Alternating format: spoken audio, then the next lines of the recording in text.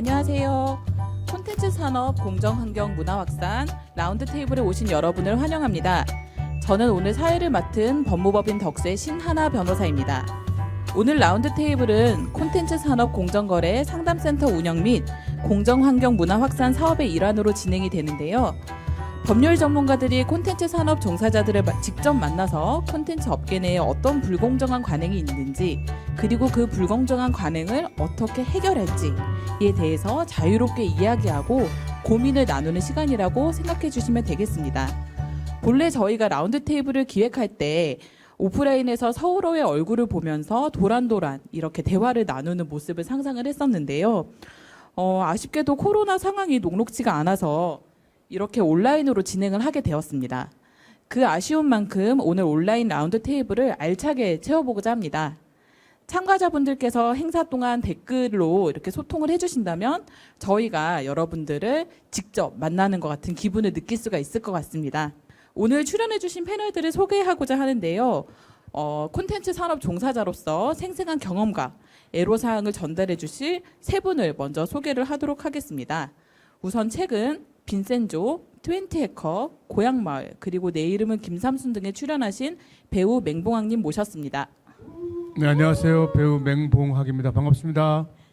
와, 반갑습니다. 다음은 국내 유일의 해금 국악 버스커이신 공연가 은한님을 모셨습니다. 안녕하세요. 저는 해금 켜는 은한입니다. 반갑습니다. 그리고 또 전국 여성노동조합 디지털 콘텐츠 창작 노동자 지회 사무장이신 정화인 작가님 모셨습니다. 네, 웹툰 작가로 활동하고 있는 정화인입니다. 반갑습니다. 정말 반갑습니다. 제가 요청하지 않아도 각자 자기소개를 다 해주셔서 너무 감사하다는 말씀을 드리고, 다음은 법률 전문가분들을 모시도록 하겠습니다. 저희 사업 이름이 정말 길어요. 콘텐츠 산업 공정거래 상담센터 운영 및 공정환경 문화 확산 사업에 참여하셨던 법무법인 덕수의 조용관 변호사님, 이메리 변호사님 모셨습니다. 각자 소개 한마디 부탁드릴게요. 예, 안녕하세요. 이번에 콘텐츠 산업 공정거래 문화 확산 및 상담센터 사업 PM으로 진행하고 있는 조영관입니다. 반갑습니다. 네, 안녕하세요. 저는 이번 상담관으로 활동한 이메리 변호사라고 합니다. 잘 부탁드립니다. 예, 경기도와 경기콘텐츠진흥원은 작년부터 다시 한번 길지만 콘텐츠 산업 공정거래 상담센터 운영 및 공정환경 문화 확산 사업을 진행 중에 있는데요. 그 콘텐츠 업계의 불공정함을 이렇게 막아줄 것 같은 그런 느낌이 좀 드는 사업인 것 같아요. 혹시 조영관 변호사님께서 PM으로 일하셨다고 하셨는데 네네네. 어떤 사업인지 좀 소개를 해주실 수 있을까요? 네, 이 사업은 크게 이제 두 가지를 하는 사업입니다. 하나는 이제 콘텐츠 공정거래 상담센터를 운영하고 있습니다. 상담센터는 사실 이 콘텐츠 산업이라는 것이 이렇게 가불관계도 굉장히 쉽게 발생할 수 있고, 또 계약 당사자들 사이에 가지고 있는 힘의 차이가 굉장히 큰 산업이거든요. 그리고 최근 이제 발달해 오면서 여러 가지 유형의 콘텐츠들을 창작하는 이런 사업들이 많아지고 있는, 굉장히 변하고 있는 그런 산업인데, 이 안에서 이제 창작자들은 자신의 권리를 지키고, 또 유통하거나 사업을 하는 사람들은 보다도 공정하고 올바른 방향으로 이제 계약을 맺고 사업을 추진해 갈 수 있도록 법률 전문가들이 직접 상담을 하고 컨설팅을 지원하는 사업이 하나이고요.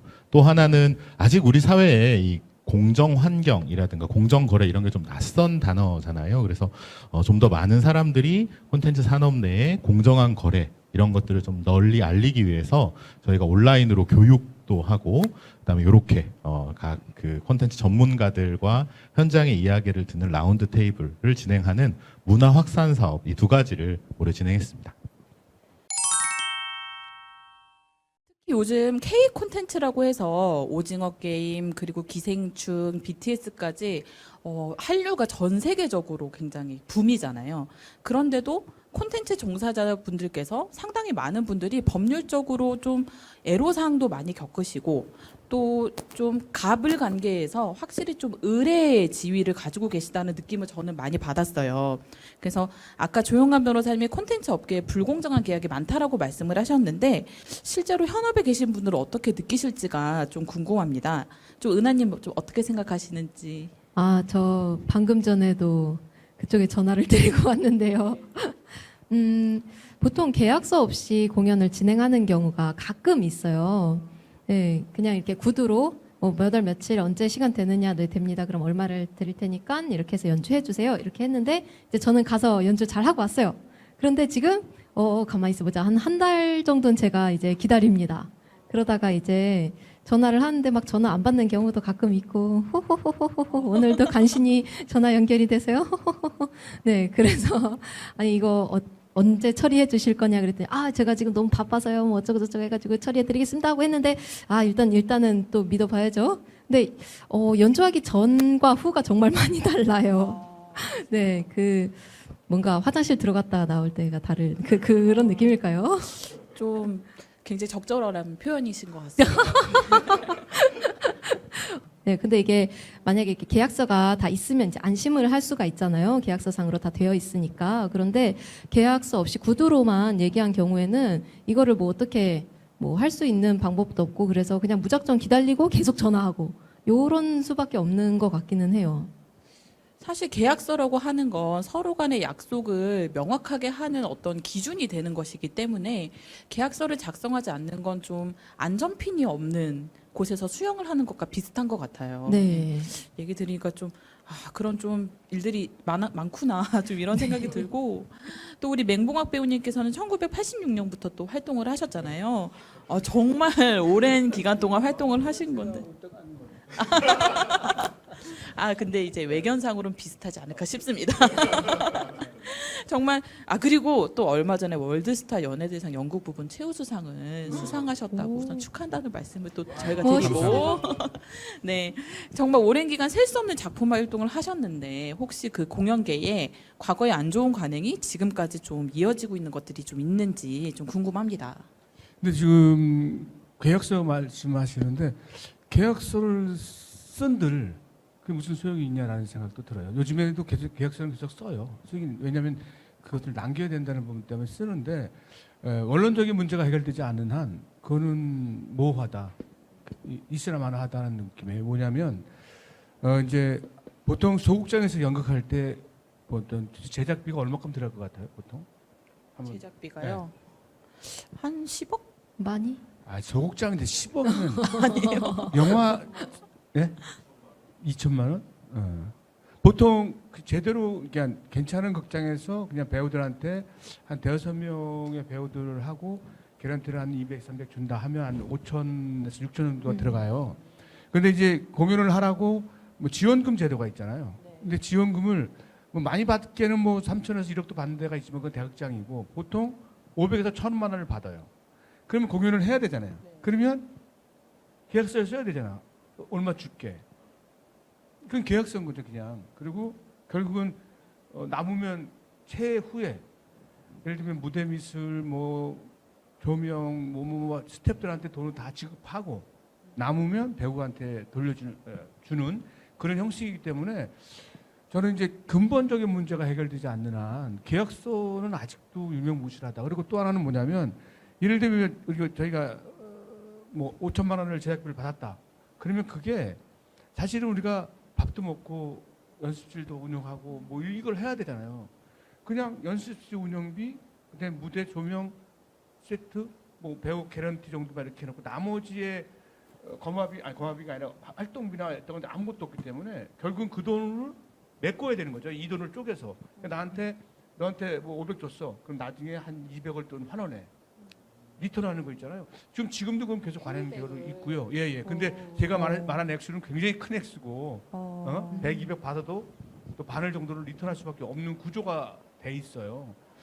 그리고 또 하나는 관계성이 있잖아요. 여기는 이제 동인제 시스템으로 했다면 옛날에는 그렇게 했기 때문에 그냥 안 받아도 연극이 좋으니까 이러는데 지금은 이제 산업이 발달되니까 돈 없으면 살 수가 없으니까 돈이 있어야 되는데 또 연출과 작가와 관계성이 있기 때문에 요구를 못해요.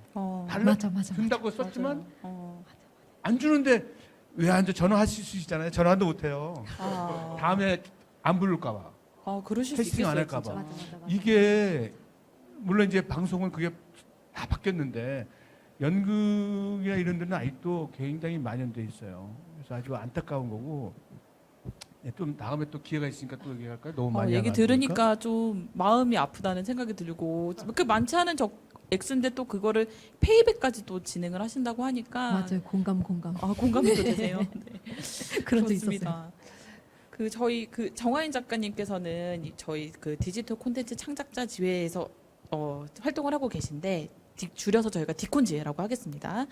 그 디콘지회에서 주로 문제를 제기한 콘텐츠 창작자들에 대한 불공정 관행이 좀 어떤 것들이 있는지 좀 얘기해 주실 수 있을까요? 네, 그 저희 노조가 지금 웹툰, 웹소설, 일러스트 이렇게 세 종류 이제 작가들을 이제 중심으로 활동하고 있는데 저 같은 경우 이제 창작을 하다 보니까 이제 저작권 관련해서 정당한 대가를 주지 않고 저작권을 이렇게 권리를 많이 요구하거나 아니면 이제 저희 같은 것도 계약이 들어가기 전에 테스트 작업을 하는데 샘플 작업을 시켜놓고 이제 계약서를 쓰지 않으니까 샘플 작업비를 주지 않는다는 다른 식으로 이렇게 문제가 많이 있고 저 배우님께서 말씀하신 것처럼 계약서를 멀쩡하게 써도 이제 작가들이 너무 어리고 법에 대해 잘 모른다는 걸 너무 잘 아는 거예요 회사들이. 그러니까 계약서 멀쩡하게 써놓고 계약서들 안 지켜요.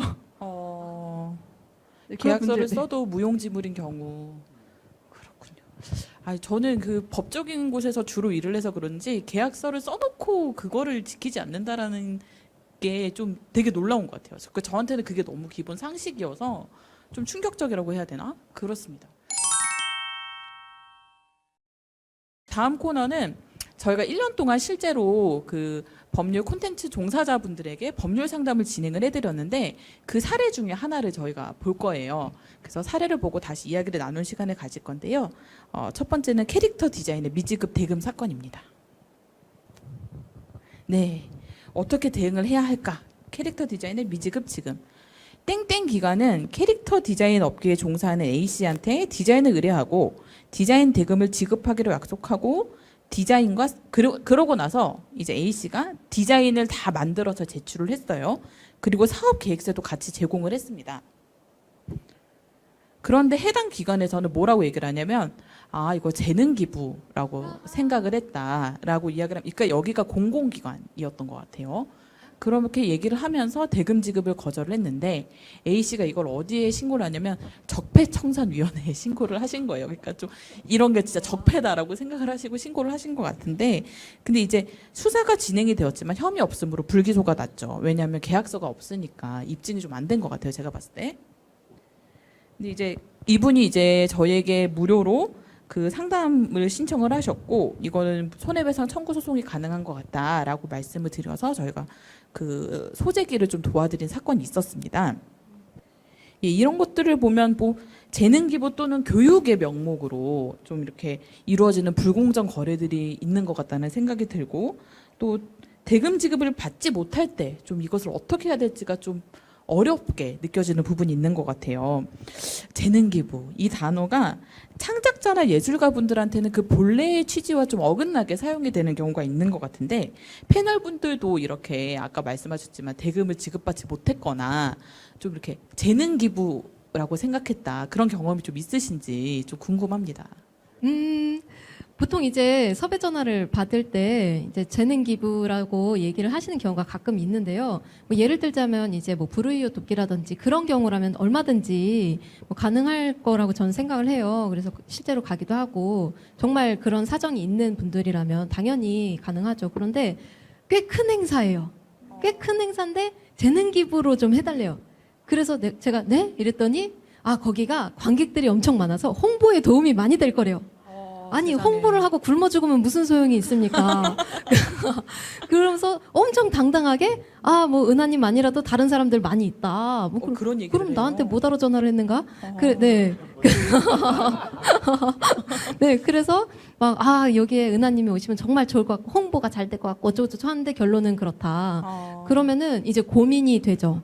왜냐하면 그게 정말로 홍보가 되어서 다른 공연으로 이어질 수도 있잖아요. 그럴 가능성도 저는 이제 있죠. 공연 하나하나가 소중하기 때문에 그게 또 인연이 돼서 넘어갈 수도 있으니까 그래서 좀 고민을 많이 하는데 저는 안 가는 편이에요. 다른 동료 연주자들을 위해서 안 가는 편이에요. 맞아요. 네, 그래서 왜 그 시중에서 시인도 시 먹지 않고 밥 먹고 살아요 하는 그런 거 있잖아요. 네, 그래서 저희도 해금 켜서 밥 먹고 살지, 네, 해금만 켜가지고 이게 저기 한 게 아니잖아요. 그래서 꼭 말씀을 드립니다. 이런 거는 아주 조금이라도 거마비라도 책정이 돼야지 맞는 거라고 생각을 한다. 그렇죠. 그게 상식이죠. 네, 그래서 저는 가지 않겠습니다 이렇게 얘기를 하는데 또 화를 내시는 경우가 있습니다. 어, 아이고 재미있어. 네, 그런 경우가 있는데요.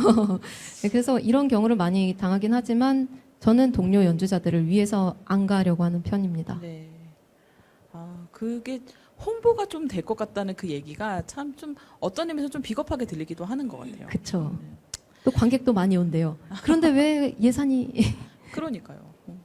그 이야기를 듣다 보니까 저도 좀 답답한 기분, 좀 약간 좀 울분이 좀 드는 기분, 좀 그런 게 좀 들기도 하는데 이게 정당한 노동의 대가잖아요. 근데 네. 이메리 변호사님 좀 이럴 때 좀 어떻게 해결이 좀 가능한지 좀 궁금합니다. 네, 드디어 제게 말할 기회가 왔네요.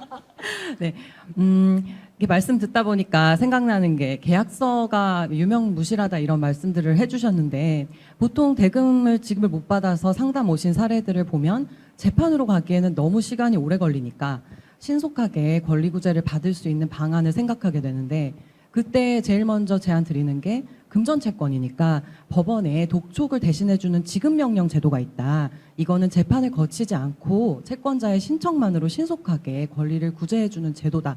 이렇게 소개를 드려요. 그래서 같이 들어가기로 하면 보통은 뭐가 문제되냐면 이게 다른 요건은 다 필요 없는데 금전채권의 존재를 입증해야 되는 문제가 있어요. 근데 그때 계약서가 없다. 그러면 그때부터 비상이 걸립니다. 뭐 과거에 비슷하게 지급받은 내역 없냐, 카톡 없냐, 뭐 전화 통화 내역 없냐 이러면서 열심히 찾지만 사실 계약서가 없으면 판사들이 지급명령도 잘 안 내려줘요. 그러니까 예술인들이라도 계약서를 좀 생소하게 여길 수 있겠지만 대금 지급의 그 채권이 명시된 계약서를 쓰시는 건 굉장히 중요한 일이고 그래서 이런 중요성을 반영해서 예술인복지법이라는 법이 있는데요. 이 법에도 4조의 4에 그 서면계약 체결 의무가 명시돼 있습니다. 문화예술 용역업자 그 기획업자들하고 그 다음에 예술인들하고 사이의 계약은 반드시 서면으로 체결해야 되고 체결하지 않으면 기획업자들에게 과태료를 부과하는 제도가 있어요. 그래서 아마 그 법도 살펴보시면 그 계약을 피하려고 하는 기획업자들을 상대할 때 도움이 되실 겁니다. 질문해도 돼요, 질문? 네네네. 그럼요. 저 같은 경우에 요번에 이제 코로나 때문에 같이 연극을 연습하다가 중단이 됐어요. 그 다음에 한참 후에 다시 재개를 했는데 날짜가 안 맞아서 공연을 못 했는데 계약서를 그 연습 기간 동안에 빨리 썼으면 되는데 보통 공연 전에 쓰거든요. 그럼 그 연습 기간은 어떻게 되느냐? 이거 결국은 저 같은 경우는 그렇게 피해를 본 사람인데 그러면 계약서가 있었으면 뭐 여기 요구는 했을 수 있는데 이제 계약서를 보통 공연하기 며칠 전 뭐 공연하고 나서 공연 중에 이렇게 쓰거든요. 연습 도중에 쓰는 경우가 바로 쓰지 않거든요. 그럼 저 같은 경우는 진짜 시간 다 낭비하고 다 버리고 나 때문에 내가 코로나 걸린 것도 아니고 격리도 2주 당하고 뭐 이렇게 됐단 말이죠. 어디다 하소연할 데가 없어요. 그럴 때는 어떻게 해요? 그러니까 사실 계약서를 언제 쓰느냐도 사실 이래서 중요한 거거든요. 그러니까 계약서라는 거는 원래 이제 일을 시작하기 전에 쓰는 게 맞죠. 왜냐하면 일을 시작한 이후로 이 계약서를 쓴 이후의 사건들은 다 계약에 포함되는 것이니까. 배우님 말씀하시는 것처럼 이제 처음에는 계약서를 쓰지 않고 서로에 대한 믿음 내지는 관행 이런 걸로 시작을 했다가 결국 나중에 어떤 시점에 사후에 계약서를 쓰거나 혹은 그 계약서를 쓰지도 못한 채 뭔가 사업이 어그러졌을 때 이게 이제 책임 관계를 가기가 좀 어려운 부분인데요. 만약에 사후에라도 계약을 쓴다고 했었을 때는 그때까지 발생했던 부분들을 어떻게 한다라는 내용이 계약서에 꼭 들어가야겠죠. 예를 들어서 뭐 몇 월 며칠짤 계약을 하지만 실제 뭐 연습을 언제부터 했던 부분들은 실제 포함한다. 나중에 정산할 때 그 시간을 포함한다라는 그러니까 계약서는 우리가 흔히 생각할 때 1조부터 몇 조까지 이렇게 다 항목이 정해진 것처럼 보이지만 맨 마지막에는 이제 특약이라고 해서 당사자들끼리 서로 합의할 수 있는 내용을 자유롭게 정할 수 있거든요. 그래서 그런 방식으로 사후에라도 계약서를 쓰게 된다면 사전에 발생했던 부분들은 어떻게 한다. 혹은 특히 코로나 상황에서는 그런 게 문제가 됐어요. 그러니까 코로나 때문에 공연이 취소가 되게 되면 어떻게 한다. 이런 내용들도 서로 합의를 사실 하는 게 도움이 되죠. 예를 들어서 비용이나 이런 부분들이 전부 다 막 칼로 이렇게 제서할 수는 없겠지만 예를 들어 최소한 이런 부분들은 이렇게 하자라는 내용들을 계약서를 써가는 과정에서 좀 이야기를 나누는 것과 전혀 그런 게 없는 상태에서 갑자기 사건이 딱 발생해가지고 이제 어떡하냐. 이때보다는 이제 계약서를 써가는 과정에서 제가 경험해 보면 훨씬 더 좀 합리적인 수준의 대화들이 가능하긴 하더라고요. 물론 이제 그렇게 쓴 계약서를 얼마나 지킬 수 있느냐 이 부분은 또 이 다음 이제 질문에서 나오는 것처럼 계약을 써가는 과정 이런 것들이 이제 중요한 부분이겠지만 이 계약서를 쓰는 시점 이전에 발생한 것들은 꼭 이렇게 같이 합의를 해서 내용을 정하는 게 좋은 것 같습니다. 그리고 간혹 계약서를 쓰지 않으셨다고 해도 그 계약 교섭 중에 저희가 뭐 아까 말씀하셨던 것처럼 미리 뭐 샘플을 작성해서 보내거나 했을 때 저쪽에서 부당하게 계약을 파기하는 경우 계약 교섭의 부당 파기라고 하는 법리가 있어서 우리가 계약이 체결될 것이 너무나 명백했던 사건인데 당신이 이유 없이 계약을 파기했다면 그게 불법 행위로 인정이 되는 경우가 간혹 있어요. 물론 이게 입증이 쉽지는 않죠. 입증이 쉽지는 않지만 그래도 그런 법리가 존재는 하고 하지만 결국 이 모든 거는 소송을 전제로 한 이야기잖아요. 그래서 기왕이면 계약서를 꼭 쓰고 착수하는 게 좋겠지만 그런 것들을 가로막는 이 불공정한 문화를 저희가 정말 타파를 해야 된다라는 생각이 좀 개인적으로 들기도 그래서 합니다. 아까 그 연주자님께서 말씀하셨던 것처럼 이 콘텐츠 산업에 가지는 좀 특수성이기도 한데요. 아까도 말씀하셨지만 이게 당신의 홍보에 도움이 될 거예요. 아니면 우리는 이 작품을 유통할 수 있는 채널을 가지고 있어요. 이게 이제 다른 산업하고 달리 콘텐츠 산업이 창작자는 직접 소비자를 만날 수가 없고 창작자가 소비자를 만나기 위해서는 플랫폼들이라든가 이런 걸 유통 혹은 운영하는 데를 거치는 경우들이 갈수록 더 많아지고 있는데 그걸 굉장히 이제 우리가 이번에 이제 용역 사업을 하면서도 그랬고 이런 부분에 대한 제도 개선이나 인식 개선이 굉장히 좀 필요하구나 이런 생각이 들더라고요. 그러니까 큰 그런 유통망을 가지고 있고 혹은 큰 관객을 데리고 올 수 있는 행사에 아티스트들이나 특히 이런 부분들은 꼭 신인 내지는 경험이 부족한 사람들한테만 또 그렇게 요구가 되는 것 같아요. 아직 당신은 아직 뭐 경제적으로 우리가 어느 정도의 개런티를 줄 수 있는 수준이 안 되니까 혹은 아직 경험이 부족하니까 홍보 겸 한번 와보세요. 근데 이런 것들이 이 콘텐츠 산업의 전체적인 가불관계를 굉장히 더 악화시키는 영향을 주는 것 같아요. 그래서 혹시 이 영상을 보고 계시는 기획자분들 혹은 주변에 근데 또 그런 분들이 굉장히 악의적이라기보다는 또 이런 부분들을 좀 꼼꼼히 생각하지 못해서 그런 경우들도 있거든요. 그래서 특히 지방자치단체나 공공기관 이런 데서 행사를 기획하거나 하시는 분들은 기회를 제공한다. 아티스트들이나 예술가들에게 기회를 제공한다라고 하시기보다 그 아티스트들이 가지고 있는 좋은 재능, 꼭 필요한 재능을 사업에 사용한다, 이용한다라고 생각을 하셔서 큰 돈이 아니더라도 정당한 대가를 꼭 지급할 수 있는 문화가 좀 공공기관에서부터 좀 정착이 됐으면 좋겠다라고 생각합니다. 제가 질문을 받았기 때문에 다 마지막 답변 드리겠습니다. 지금 이렇게 변호사님들마다 한마디씩 보태시는 이유가 이게 정말 많이 들어오는 질문이기 때문인 것 같아요. 그 배우님 질문이 핵심을 찔러주고 계신 게 계약의 여부, 계약의 시기, 방법, 뭐 내용을 결정할 수 없는 창작자가 결정할 수 없는 상황이 바로 불공정한 계약 상황인 것이죠. 그래서 지금 말씀하신 경우에는 지급명령 신청은 어렵죠. 아무래도 계약서가 없으니까. 하지만 재능기부나 이런 것처럼 무상으로 내가 창작 활동을 하기로 한 명백한 합의가 없었다면, 명시적인 합의가 없었다면 재판에 들어가 보자고 할 수 있는데요. 이런 식으로 포기하지 않고 하게 되면 배우나 스태프, 기술 지원 스태프 이런 분들 같은 경우는 최저임금 상당의 그런 어떤 인건비가 인정이 돼서 근로자성을 인정받기도 하고 그 대금을 아예 떼어먹지 않고 재판을 통해서 받으실 수 있는 방법도 있습니다. 근데 그 작은 걸 받으려고 재판 걸었다가 찍힌다는 거죠. 제작자나 연출이나 작가한테 찍히면 알았어 내 줄게 그리고 그다음부터 쟤는 블랙리스트에 걸리는 거예요. 우리가 운동에서 블랙리스트가 아니라 이제 문학에서도 블랙리스트가 되는 거죠. 그러니까 알면서도 못하고 또 괜히 나서서 이르게 크다는 거죠. 그러니까 이게 아까 말씀하신 거 굉장히 좋은 건데 더 많이 홍보되고 더 알려져야 되는 건데 아직까지는 그렇게 우리가 계약서 빨리 써요. 하기 전에는 계약서 안 쓰면 연습 안 하겠어요. 할 수가 없다는 거죠.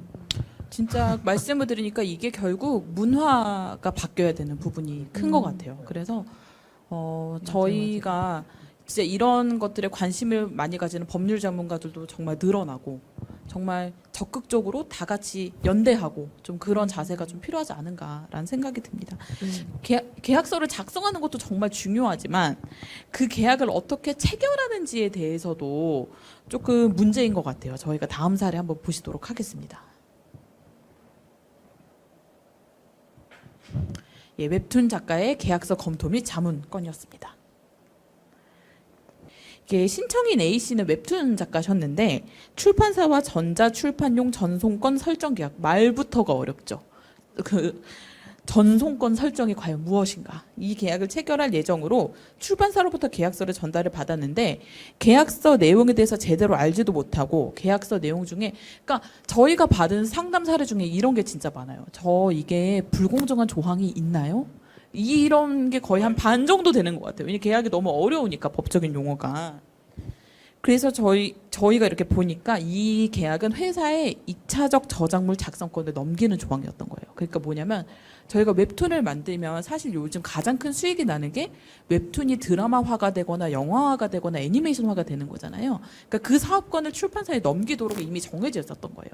작가님은 그걸 모르시고 혹시 불공정한가? 라고 생각해서 저희한테 의뢰를 주신 건데, 그러니까 신청인한테 매우 불리한 내용인데도 회사가 별다른 설명을 하지가 않은 거죠.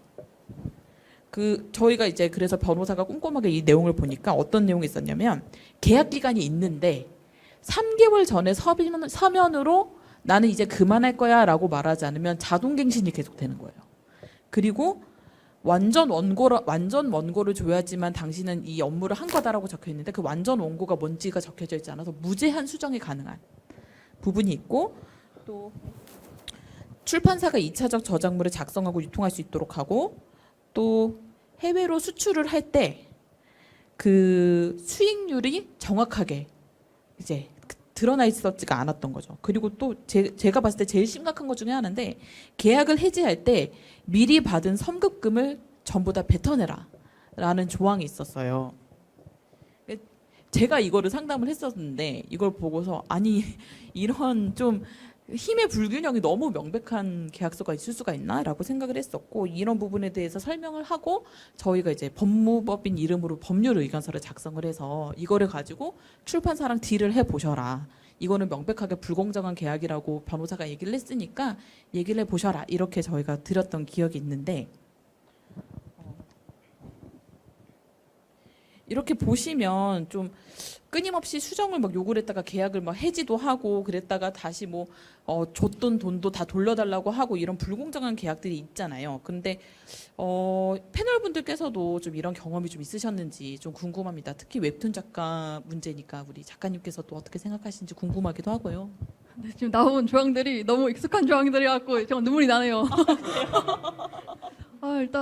네, 그 정말 진짜 수정에 대해서 이제 제한이 없다 보니까 이 수정 요청에 너무 이제 지쳐서 그만두게 되시는 분들도 정신병 얻어서 그만두시는 분들이 꽤 있고, 맞아요. 그 경우에 이제 그만두게 되면은 이제 그동안 받은 돈 뱉어내라고 하고, 네 정말.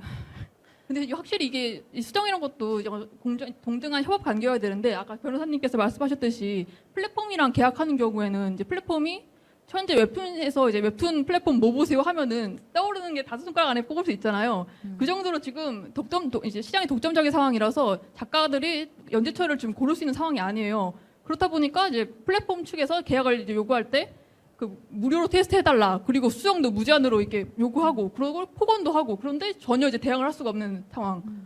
그렇다 보니까 이제 이런 불공정한 계약서도 요구를 해서 고쳐달라고 말을 해도 우리는 이제 계약서를 수정할 수가 없다, 마음에 안 드시면 그냥 계약을 안 하실 수밖에 없다, 이런 식으로 답변이 나오는 상황입니다. 그러니까 저도 그 상담했던 분 중에 한 분이 기억에 남는 분이 있는데, 이분이 완전 사회 초년생이었어요. 그래서 웹툰을 처음 작성을 하셨는데, 그래서 딱 그 유명 플랫폼에서 이제 데뷔를 하시고, 근데 회를 낼 때마다 요즘 보통 웹툰 작가분들이 60컷에서 80컷 정도를 작업을 하는데 그 과정이 정말 복잡하고 체력적으로 많이 힘들어요. 근데 그거를 만들고 나면 그 출판사가 10번씩 수정을 하는 거예요. 정말 10번씩. 그래서 이분이 너무 지치셔서 중간에 이제 진짜 번아웃 상태가 돼서 이제 잠적하시고, 잠적하니까 계약 해지하고 손해배상 물리겠다고 하고 이런 상황이 반복이 되시는데, 그래서 제가 좀 느꼈던 거는 그래도 알고 시작한 거랑 모르고 시작하는 거는 조금 다를 수 있겠다는 생각이 좀 들기도 하거든요. 조영관 변호사님 좀 어떻게 뭐 생각하시는지. 네. 그러니까 그 힘의 권력 관계는 아까 배우님도 말씀해 주셨지만 계약서를 아무리 촘촘하게 해도 빠져나갈 구멍들이 다 있고요. 저는 이제 상담하면서 제일 많이 들었던 이야기가 이게 도대체 무슨 뜻이에요? 라는 말이었어요. 계약서를 처음 받았을 때. 예를 들어서 뭐 손해배상 청구에 영향을 미치지 않는다. 혹은 뭐 손해배상 청구를 뭐 할 수 있다. 뭐 영향을 주지 않는다. 이런 말들. 그래서 제가 손해배상 청구를 당한다는 말이에요. 해야 된다는 말이에요. 아주 기본적인 부분들부터 다른데 문제는 회사는 법률적인 검토도 많이 받고 자기한테 유리할 수 있는 요소를 곳곳에 숨겨두는데 막상 받아들은 작가들은 계약서의 어떤 내용이 무슨 뜻인지도 잘 모르는 상태에서 계약을 체결한다는 거죠. 그래서 1차적으로는 이런 것들을 조력하는 법률적인 제도들이 좀 많아질 필요가 있어요. 우리가 뭐 표준계약서라든가 최근에 이제 몇몇 플랫폼에서 수정 횟수에 대한 가이드라인 같은 것들을 좀 만들어 보자라고 해가지고 논의를 하고 있죠. 근데 이런 것들처럼 물론 큰 이제 영리적인 것들을 가진 이제 큰 플랫폼들이 움직이기까지는 시간이 좀 필요하겠지만 최소한 이제 가이드라인들을 공공기관 혹은 정부적 차원에서도 만들어가고 그래서 저작권위원회나 이런 데에서 이제 각 영역별로 표준계약서들을 쭉 만들어가면서 수정 횟수들은 이렇게 좀 해보자라는 것들을 좀 하면 현장에서도 그거는 이제 조금씩은 받아들여질 거다. 그리고 저는 이제 현장의 힘의 권력 관계를 깰 수 있는 굉장히 중요한 것들이 구체적인 사례 하나하나를 그냥 넘어가지 않는 거라고 생각하거든요. 회사들이 그렇게 쉽게 생각하는 거는 엄청난 경험이 있기 때문이에요. 이래도 얘네들 아무것도 못해 라는 경험이 있기 때문에 더 쉽게 생각한다는 말이죠. 그 중에 뭐라도 하나 제대로 이렇게 해서 뭔가 손해배상을 하거나 혹은 회사가 따끔 해서 한 발 물러나거나 했던 선례들이 다른 회사들이나 그 사업에 영향을 미치는 것들이 꽤 큽니다. 그래서 이런 이제 저희가 올해, 작년 이렇게 이제 현장에 계시는 창작자들 만나서 상담하고 소송을 지원하고 하는 것들 비용 없이 지금 경기도하고 경기도 콘텐츠진흥원의 용역 예산을 통해서 진행이 되고 있거든요. 그래서 혹시 이제 아마 엄청나게 많을 겁니다. 셀 수 없을 정도로 많은 차별과 그런 게 아픔들이 있으실 텐데 그냥 넘어가지 마시고 저희 이제 상담센터나 이런 쪽에 문의를 해주셔서 하나하나를 해결해 가는 것. 이게 사실 현장에서 문화를 바꾸는 데 굉장히 중요한 일이다라고 생각을 합니다. 그런 의미에서 저희 그 경기 콘텐츠진흥원에서 마련했던 이 법률 상담센터 또는 그 여러 가지 교육 프로그램들이 굉장히 의미가 있지 않았나라는 생각을 또 해보게 되고요. 그리고 또 이거는 제가 현장에서 좀 느꼈던 꿀팁 같은 건데 이 계약을 체결을 할 때 보면 그 용어가 뭔지가 좀 모호한 경우가 많아요. 그러니까 예를 들어서 완전 원고를 수정한다라고 되어 있으면 이 완전 원고가 어느 상태까지 수정을 얘기하는 건지가 애매하잖아요. 그럴 때 계약 체결하기 전에 꼭 그 대표 또는 계약을 체결하시는 분에게 이메일 등으로 정확하게 문의하고 거기에 대해서 증거를 남겨두실 필요가 있어요. 그럼 이거는 무제한 수정을 이야기하는 건가요? 라고 얘기하면 아까 은하님께서 화장실 가기 전과 후는 다르다고 하셨는데 화장실 가기 전에는 굉장히 우호적인 답변을 내놓는 경우가 많습니다. 작가님 그 정도는 아니고요. 한 3번에서 5번 정도면 되지 않을까요? 그래서 그런 것들을 촘촘히 증거를 남겨두시는 것도 좀 꿀팁이 될 수 있는 것 같아요. 그래서 계약은 꼭 문제가 일어난 후에 바꾸는 것이 아니라 꼭 전에 사전적으로 구체화시킬 필요가 있다라는 점을 말씀을 드리고 다음은 부당한 계약 해지에 관한 사례입니다. 저희 블로그 사례 한번 보도록 할게요.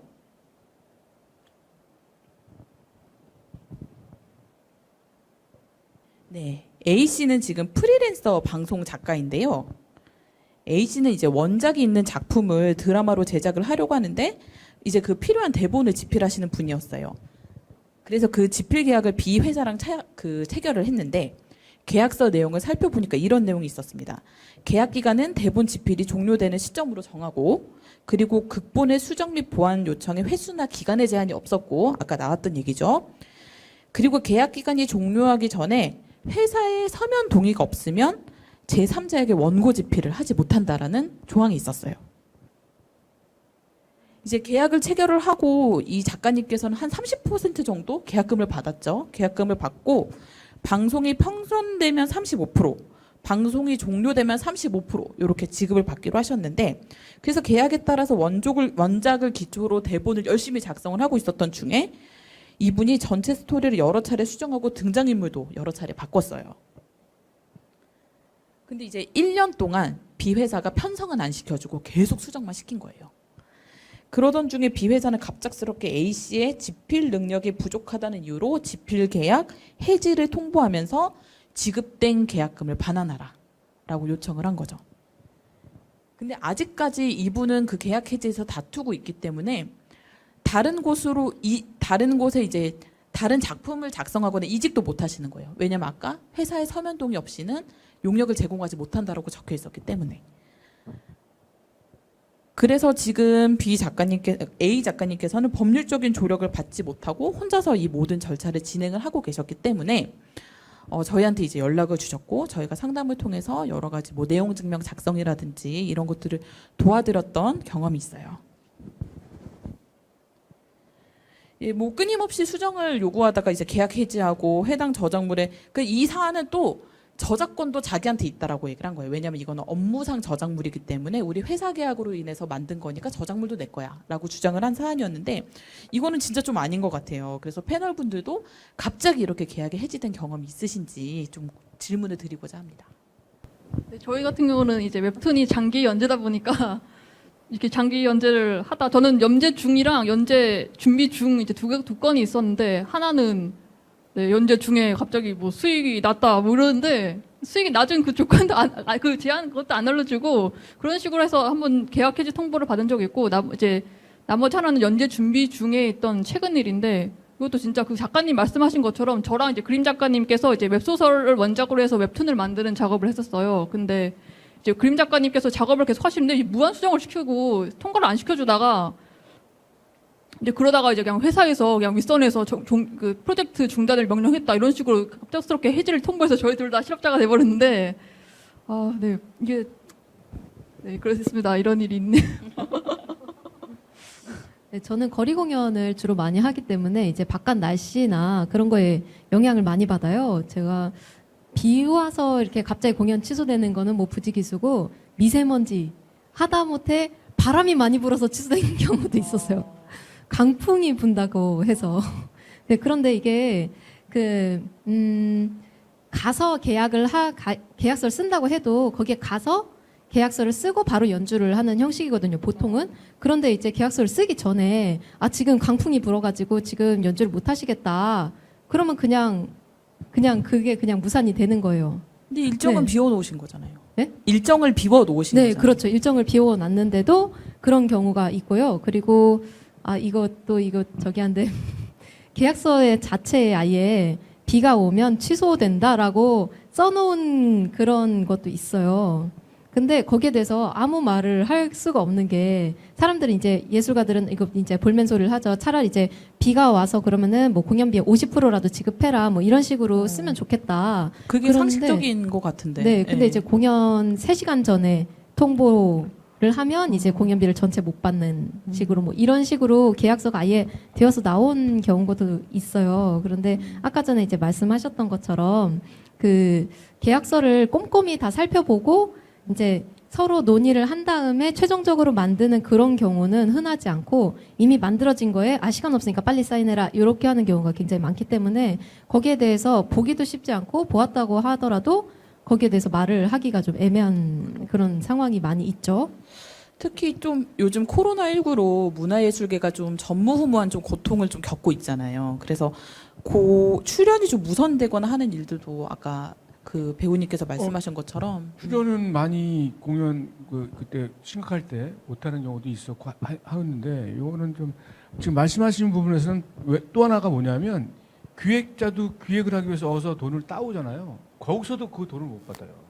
그러니까 이게 구조적으로 거기서 만약에 비가 오면 뭐 50% 준다. 거기서도 계획했다면 계획이 내려올 텐데 그게 아니라 거기서도 아예 못 받을 경우가 있어요. 그러니까 여기다 줄 수가 없는 거지. 뭐 이런 경우도 있고 이건 조금 다른 경우인데 저는 공연을 하다가 중간에 불이 나가서 그래서 공연을 못했어요. 마지막 공연을 그것도. 그래서 그 원인이 뭐냐면 한전에서 변압기가 우리 대학로에 있는 그 한예종 건물이랑 아나아파트에 있는 건물에 변압기가 터진 거예요. 그럼 그들의 책임인데 자기네는 규정이 없다고 해서 면담도 지금 못했어 면담도. 그러니까 결국 공연을 관객들 우리가 공연이 좋아서 아주 매 만원짜리 하면서 했거든요. 근데 꽉 채서 아주 훌륭한 공연을 마지막 하고 있는데 3분의 2 정도 하고 있었는데 불이 딱 나간 거예요. 너무 속상하고 한데 하소연할 데가 없는 거예요. 막공연인데. 막공연, 그것도 막공연. 내일 공연하면 좀 아쉬움이 덜 할 텐데 어. 그럴 경우에는 방법이 없더라고요. 제가 뭐 참여연대한테도 문의해보고 했는데 결국은 그들과 또 통화한 결과 규정이 없다. 그래서 뭐 이거 우리가 사실은 공연 예술하는 부분들은 웹툰도 마찬가지지만 그냥 최하의 약자이기 때문에 계약서 쓰고 싶죠. 멋지게 쓰고 싶죠. 그리고 좀 아까 말씀드린 말을 좀 많이 해도 돼요? 지금 말씀하신 게 그거예요. 아까 저는 옛날에 계약할 때 내가 이제 예를 들면 영화나 뭐 할 때 뭐 150만 원 밑에 아니 2만 원 밑에 안 했던 기억이 있어요. 근데 결국은 그거 내가 100만 원을 하게 되면 후배는 그보다 더 적은 70만 원이나 50만 원을 하게 되는 거죠. 그래서 안 했는데 결국은 뭐냐면 어느 계약을 제가 안 했는데 나중에 다른 선배가 그걸 하더라고. 맞아. 그보다 더 작은. 그러니까 그게 나만 뭐 해서 되는 게 아닌 거예요. 이 정신적인 맞아요. 경험이지 않는 나만 손해 본 거야. 나만 돈 날린 거고. 맞아. 그러니까 이게 인식이 바뀌어야 되는 게 진짜 네, 명백한 맞아요. 것 같아요. 그렇게 하면 비겁한 거야. 그렇게 하면 문제 있는 거야. 이런 인식이 누구나한테 이제 통용이 되어야 되는 부분인 아니 것 같아요. 방송이나 드라마 아니 영화 그냥 출연해달라는 사람들이 많은 거지. 그래서 보이고 싶어서. 그러니까 우리 같은 경우에는 혼자 싸우는 거죠. 혼자. 어떻게 보면 바보 같은 거죠. 맞아. 지금 여기서 이제 공감의 맞아. 장이 막 이렇게 펼쳐지고 있는데 이거 어쨌든 출연한 부분에 대해서 보수를 미지급하는 경우는 좀 해결 방법이 정말 없는 것인지 이메리 변호사님 좀 답변을 좀 해주실 수가 있을까요? 저라고 뭐 뾰족한 수는 없습니다만 최근에 2020년도에 제가 따로 자문하는 기관의 도움으로 소액 체당금을 지급한 사례가 있어서 하나 소개해 드리려고 합니다. 뮤지컬 친정엄마 사건인데 유명해서 그냥 실제 그 연극명을 언급할게요. 연극 배우나 기술 지원 스태프들은 말씀하신 대로 정말 법적 보호를 거의 받지 못하는 게 현실이었고 다들 그렇게 생각하고 있었는데 이 사례의 경우에는 50회 공연을 하는 동안 대표가 계속해서 이제 나중에 정산해 주겠다, 사정이 좋아지면 정산해 주겠다라는 말을 반복하고 공연이 끝나고 잠적을 해버렸어요. 그래서 나중에 찾아서 구속을 하기는 했지만 돈을 받을 길이 없었어요. 그래서 제가 지금 말씀드리는 거는 예술인 복지법상의 불공정 행위 중에 그 대금 미지급을 이유로 수익 미배분, 수익 대금 미지급 이런 이름으로 이제 신고를 해서 이 신고 사건으로 처리가 된 건인데요. 문체부의 소송 지원을 받아서 이 노무사에게 배정을 했더니 이 배우들과 스태프들은 단순히 예술인 뭐 독립 창작자와는 다르게 근로자로 인정될 가능성이 매우 높고 그래서 고용노동청에 적극적으로 진정을 넣어보자고 했어요. 그래서 근로자성에 대한 판단을 하기 위해서 고용노동부에서도 여러 명이 집단 신고를 하니까 이걸 그냥 가볍게 넘기지 않고 구치소까지 찾아가서 뭐 사업주 면회를 2번이나 했대요. 그런 조사 과정을 통해서 결국에는 근로자성을 인정을 해주고 소액체당금이라고 하는 걸 지급을 해준 사례인데요. 이 소액체당금은 그냥 받을 수 있는 건 아니고 법원에 아까 말씀드린 지급명령이라는 거를 받아가지고 오면 퇴직금까지 포함해서는 1,000만 원, 그리고 임금만 따졌을 때는 700만 원 범위 내에서 1인당 그래서 지급을 나라에서 대신 해주는 제도입니다. 경영상 어려움 때문에 돈을 받지 못한 근로자를 보호하기 위한 제도죠. 그래서 예술인들은 근로자로 편입되는 경우에는 이 소액체당금 제도의 보호를 받을 수도 있는 거고, 그리고 말씀하신 것처럼 혼자서 하기 매우 힘들기 때문에 다 같이 그 팀에 참여했던 모든 스태프들과 배우들이 모여서 진행을 했기 때문에 좋은 결과가 있었던 사례였습니다. 그래서 그 이후로도 바람과 함께 사라지다, 오캐롤 등 몇 가지 연극 사례에서는 이 소액체당금을 지급받은 사례들이 늘어나고 있어요. 그 예술인도 고용보험을 들 수가 있다고 하던데 그게 사실인가요?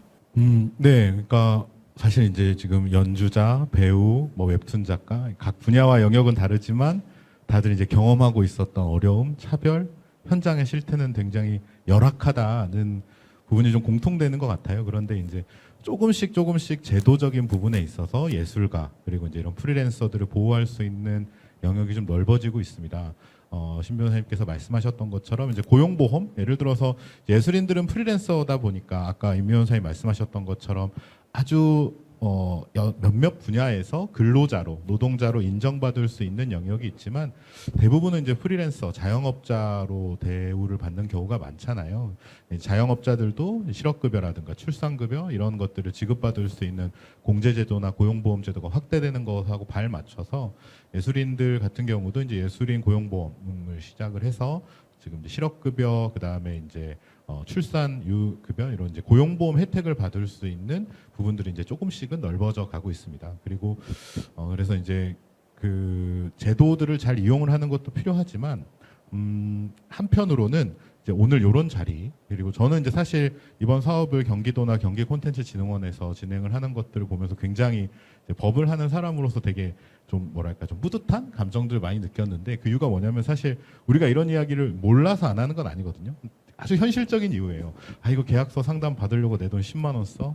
내가 이거 소송하려고 저 사람하고 얼굴 붉히고 내 돈 써가면서 해? 못 하거든요. 왜냐하면 아까도 뭐 배우님도 말씀하셨지만 창작이라든가 예술이라는 것들은 인간관계나 살아왔던 어떤 가치관들이 엮여 있는 관계들이 또 많고 또 창작자들과 플랫폼 사이에는 권력 관계도 굉장히 크단 말이죠. 그래서 이거를 온전히 그냥 네가 다 해 이렇게 하면 포기하는 가능성이 굉장히 높거든요. 그런데 이런 이제 공정거래 상담센터 등의 어떤 제도들을 통해서 현장에 있는 사람들이 자기의 비용 부담 없이 뭐 대면 비대면으로 상담을 받고 필요하다면 법률 의견서라든가 자문, 소송까지 이제 지원하는 이런 제도들이 조금 더 많이 늘어나고 확장될 필요가 있는 거죠. 그렇다고 하면 현장에서의 쉽게 말해서 플랫폼들도 이제 웹툰 작가들과 계약을 하거나 혹은 공연을 기획하는 기획자들도 조금 인지도가 떨어지는 신인 예술가하고도 할 때 그런 이야기가 쉽게 나오지 못하는 그런 분위기가 만들어져 갈 수 있다 이렇게 생각을 합니다. 좋은 말씀이십니다. 네, 그리고 다음 사례 한번 보도록 하겠습니다. 이거는 좀 괴롭힘에 관련된 사안인데요. 이번 시간에 이제 전해드릴 법률 컨설팅 상담은 이제 비대면으로 저희가 진행을 했던 부분인데 이 신청인의 직업이 이제 큐레이터세요. 큐레이터인데 이제 어떤 업체랑 이제 큐레이터 관련 계약을 체결해서 근무를 하시던 중에 이제 우리가 어떤 사업을 이제 진행을 하면 관련된 용역 회사들하고 연결이 이렇게 많이 되잖아요. 또는 이렇게 발주처랑 연결이 되는 경우가 있고 이제 비큐레이션 팀하고 연계가 되어서 행사를 진행하게 됐고 이제 상담 신청하신 분들도 같이 일을 하게 되셨는데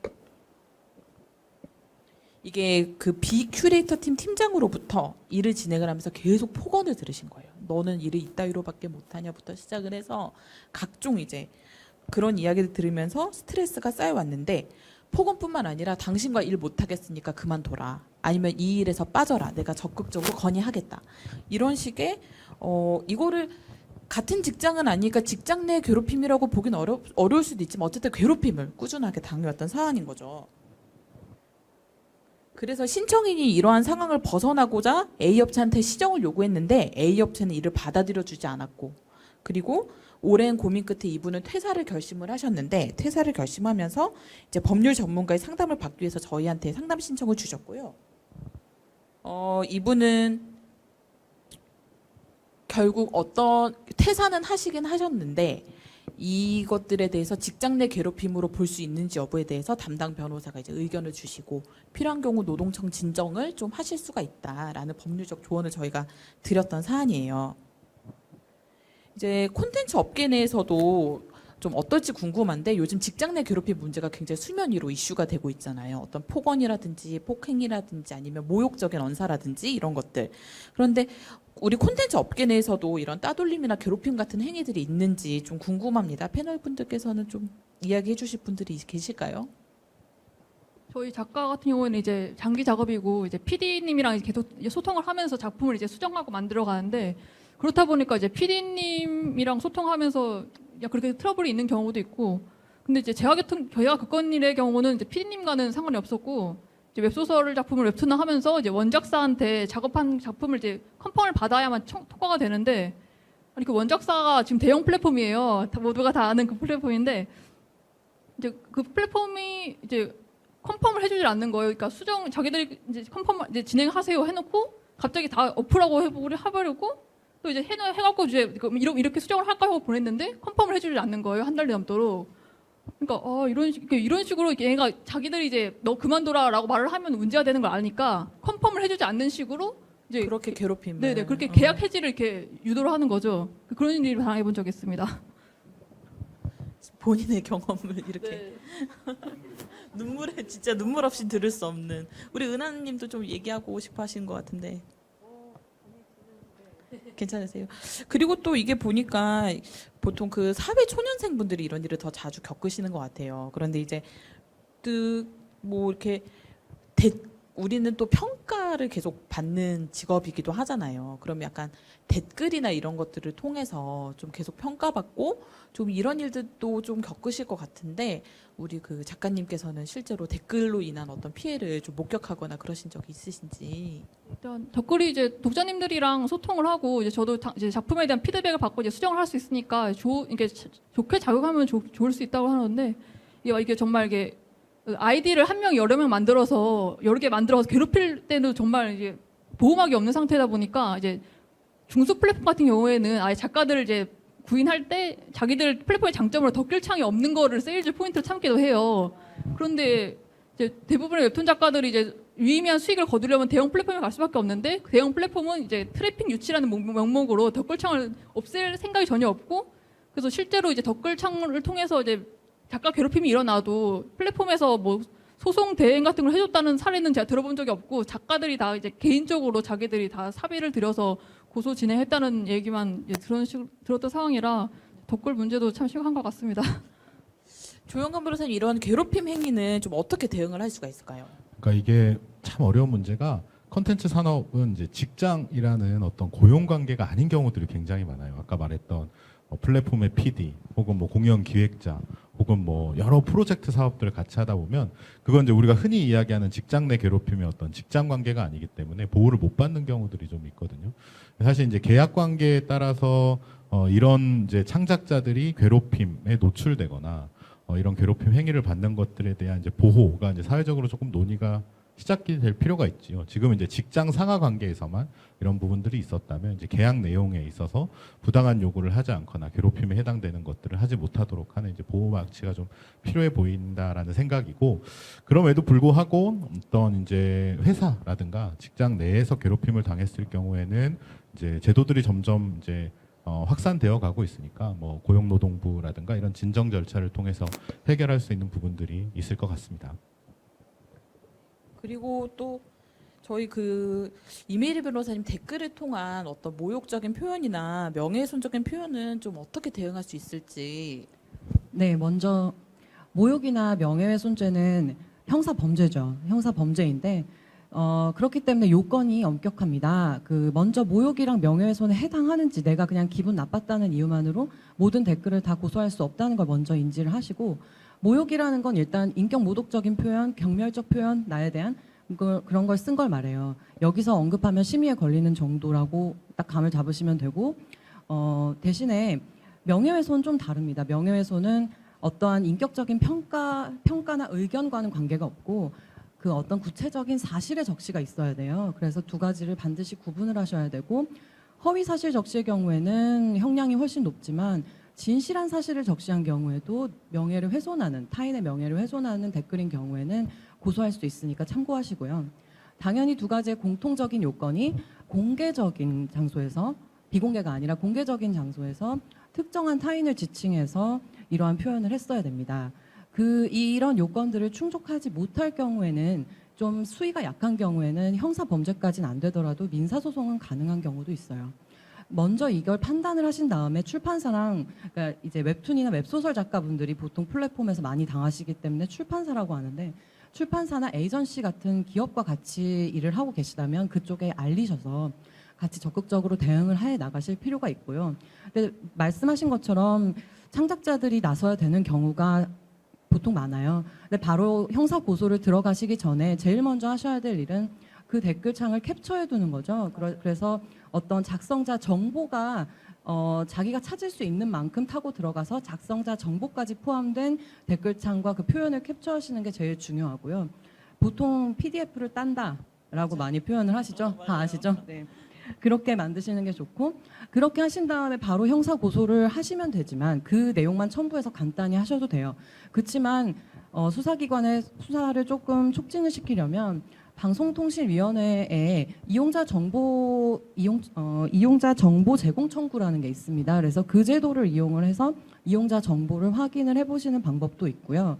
그렇지 않으면 이제 포털 사업자인 경우에는 임시 조치를 신청을 해서 정보통신망법에 임시 조치라는 게 있어요. 그래서 어떤 증거가 있고 그 다음에 타인의 명예를 훼손하거나 모욕적인 표현이 포함되어 있다고 판단이 되면 포털에서 수사가 개시되기 전에도 일정 기간 동안 그 게시물을 내려주기도 합니다. 그런 제도들을 같이 활용해 보시는 것도 한 방법이겠죠. 그리고 저희가 이제 마지막으로 사례를 볼 텐데 저희 사업이 그 콘텐츠 종사자분들이라고 해서 영세 기업도 포함이 돼요. 그래서 정말 그 어떤 영세하게 사업을 이제 운영하고 계시는 분들도 저희 사업의 대상에 포함이 되시는데 저작권 자체를 잘 몰라서 좀 알고 보니 내가 저작권 침해를 약간 이런 경우들이 꽤 있으셔서 그거에 관련된 사례를 저희가 하나 준비를 해봤습니다. 예, 유료로 구매한 폰트 사용이 저작권법 위반? 네. 이 사업은 이제 한 업체로부터 프리랜서 디자이너 A씨가 납품했던 보고서 파일로 인해서 당신은 저작권법 위반을 했다라는 내용 증명을 이제 받은 사안이에요. 그러니까 확인해 보니까 이분은 이제 폰트를 본인이 유료로 구입을 하셨는데 어떻게 대응을 해야 될지를 문의를 하셨어요. 근데 이제 이분은 합법적으로 폰트를 이제 구매를 하셨으니까 별다른 문제가 되지 않았고 그 내용 증명에 대해서 구매 내역을 이제 제출을 하셔라라고 말씀을 드렸는데 사실 저희가 더 많이 듣는 것은 이제 그 인터넷에서 떠도는 이제 무료 그 폰트를 그대로 가져다가 썼는데 이걸로 인해서 내용 증명을 받았어요. 그리고 내용 증명을 받으니까 300만 원짜리 요 폰트를 전부 다 구입하라고. 자기는 20만 원 받고 일을 했는데 그런 경우들이 굉장히 많아서 이런 경우에 문제를 어떻게 해결을 해야 될지에 대해서 질의를 많이 주시더라고요. 그래서 이런 경우에는 좀 어떻게 해야 될지 변호사님들 좀 설명을 좀 부탁드립니다. 제가 먼저 말씀드리겠습니다. 유료 폰트 구매 이용에 대한 저작권 침해 혐의로 내용 증명을 받으시고 연락을 주시는 콘텐츠 분야 창작자 사업자분들이 많이 계시는데요. 이분들 내용 증명 받으시고 나서 무대응으로 일관하기보다는 어쨌든 경위를 파악을 해보는 것이 좋습니다. 그래서 경위를 파악을 해보고 어떻게 그 폰트를 사용하게 됐는지에 따라 저작권 침해인지 아닌지가 결정되기 때문에 그걸 먼저 확인을 해보고 일단 문제된 폰트는 사용을 중단하시는 것이 좋습니다. 그렇게 하고 저작권 침해인지 아닌지는 그럼 어떻게 판단할 수 있을까요? 유료 폰트를 사용한다고 다 저작권 침해일까요? 그렇진 않아요. 그러니까 유료 폰트의 그 폰트라고 하면 디자인, 서체 그 자체를 보호하는 건지 아니면 그 TTF, OTF 파일로 배포되는 프로그램을 보호하는 건지 이거에 대해 먼저 구분을 하셔야 되는데요. 현행 저작권법에서는 어떤 서체의 디자인을 보호하는 것은 아니고 그 유료 프로그램의 저작물성을 보호하는 걸로 그렇게 정리가 되어 있습니다. 그래서 좀 더 구체적으로 말씀드리면 유료 프로그램, 상업용 프로그램을 다운받아서 내 컴퓨터 또는 우리 회사 직원의 컴퓨터에 설치해서 사용하셨다. 설치한 시점에 저작권 침해 기수가 되고요. 그런데 설치한 적은 없고 외주사에 맡겨서 로고를 만들었는데 거기에 유료 사용 폰트가 사용되었다거나 아니면 그냥 인터넷에서 예뻐 보이는 이미지를 가져와서 그걸 조합해서 사용했는데 그걸 폰트 저작권 침해라고 주장한다거나 이러면 프로그램을 설치해서 사용한 게 아니기 때문에 저작권 침해는 되지 않습니다. 그래서 이 두 가지 구분점을 잘 파악을 하시고 특히 그 회사를 운영하시는 경우에 자기가 직접 사용하지 않았더라도 회사 컴퓨터에 불법 프로그램, 그러니까 유료 프로그램이 정당한 구매를 거치지 않고 설치가 되어 있다고 하면 저작권 침해가 될 수 있으니까 그런 경위를 잘 구분해서 저작권 침해가 아닌 경우에는 그런 일 없다는 식으로 경위를 정리해서 내용 증명을 보내시면 되고, 그렇지 않은 경우에는 적정 금액에 합의하시는 것이 최선입니다. 그러면 300만 원짜리 프로그램 꼭 사야 하나요? 그걸 꼭 그래야 하나요? 300만 원?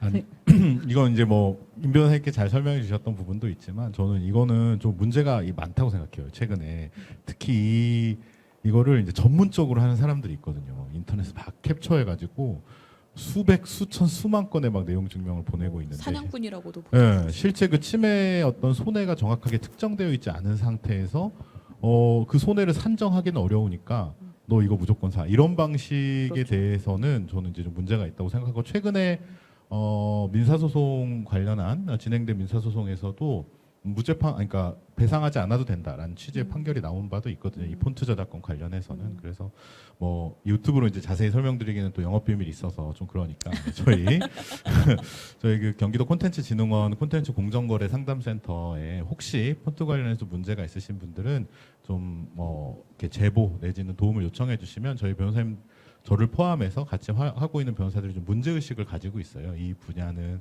이렇게 해결되어서는 안 된다라는 문제의식을 좀 가지고 있어서 이렇게 문의해 주시면 적극적으로 지원을 하는 부분들을 알아보도록 하겠습니다. 우리 은하님께서도 이제 유튜브도 하시고 공연을 많이 다니시던데, 다니시면서 이제 저작권법을 잘 몰라서 좀 곤란한 적이 있으셨는지.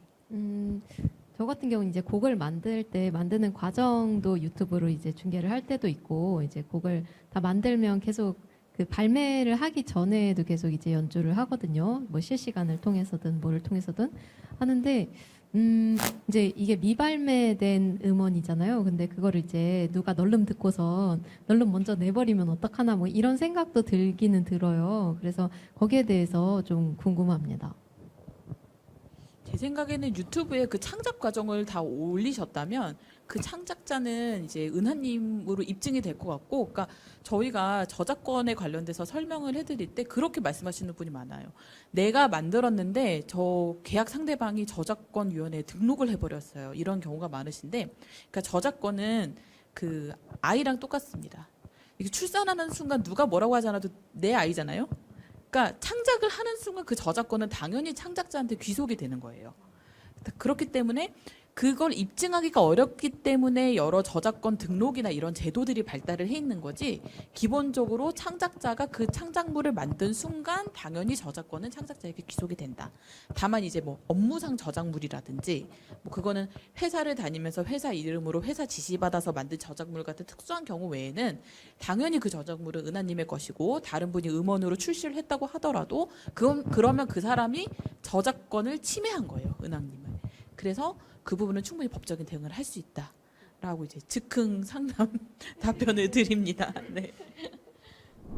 오늘 여기까지 조금 저희가 준비한 프로그램이 이제 마무리가 되어 가는데요. 오늘 뭐 출연하시면서 좀 어땠는지, 아니면 좀 한마디 꼭 이거는 좀 남기고 싶다 이런 말씀 있으신지 저희 우리 배우님부터 한번 들어보도록 하겠습니다. 굉장히 유익한 시간인 것 같고요. 사실은 머릿속에만 있지 이걸 행동을 하기가 굉장히 힘들거든요. 그래서 좀 더 많은 사람들이 알 수 있게끔 더 홍보가 필요하다. 그래서 뭐 저는 할 수 있지만 많은 사람들은 두려워하거든요. 그런 거 하는 거를. 그래서 두렵지 않고 누구나 할 수 있고, 그다음에 같이 해야지만 사회가 변화된다라는 것들을 좀 홍보했으면 좋겠다는 생각이 듭니다. 보니까 이제 웹툰 작가님들이 되게 활발한 참여를 하셨는데, 이게 그만큼 저희는 바로 이제 계약서를 쓰고, 또 만화가는 뭐 3번 사기를 당해야 진정한 만화가다 이런 말이 있을 정도로 지금 사기가 횡행하고 있어요. 근데 이제 그만큼 여기 경기도 이제 이게 거래 이제 상담해 주시는 것처럼 이제 여러 곳에서 이제 무료 상담들 진행되고 있고, 또 이제 변호사님마다 또 다양하게 이제 인사이트를 주시더라고요, 상담을 하면은. 그러니까 계약하면은 이제 최소 1년 작업을 해야 되니까, 1년 이상 작업을 하게 되니까 진짜 도장 찍으면 끝이거든요. 그러니까 다들 큰 손해 보지 마시고 미리 상담 많이 받아보시길 바랍니다.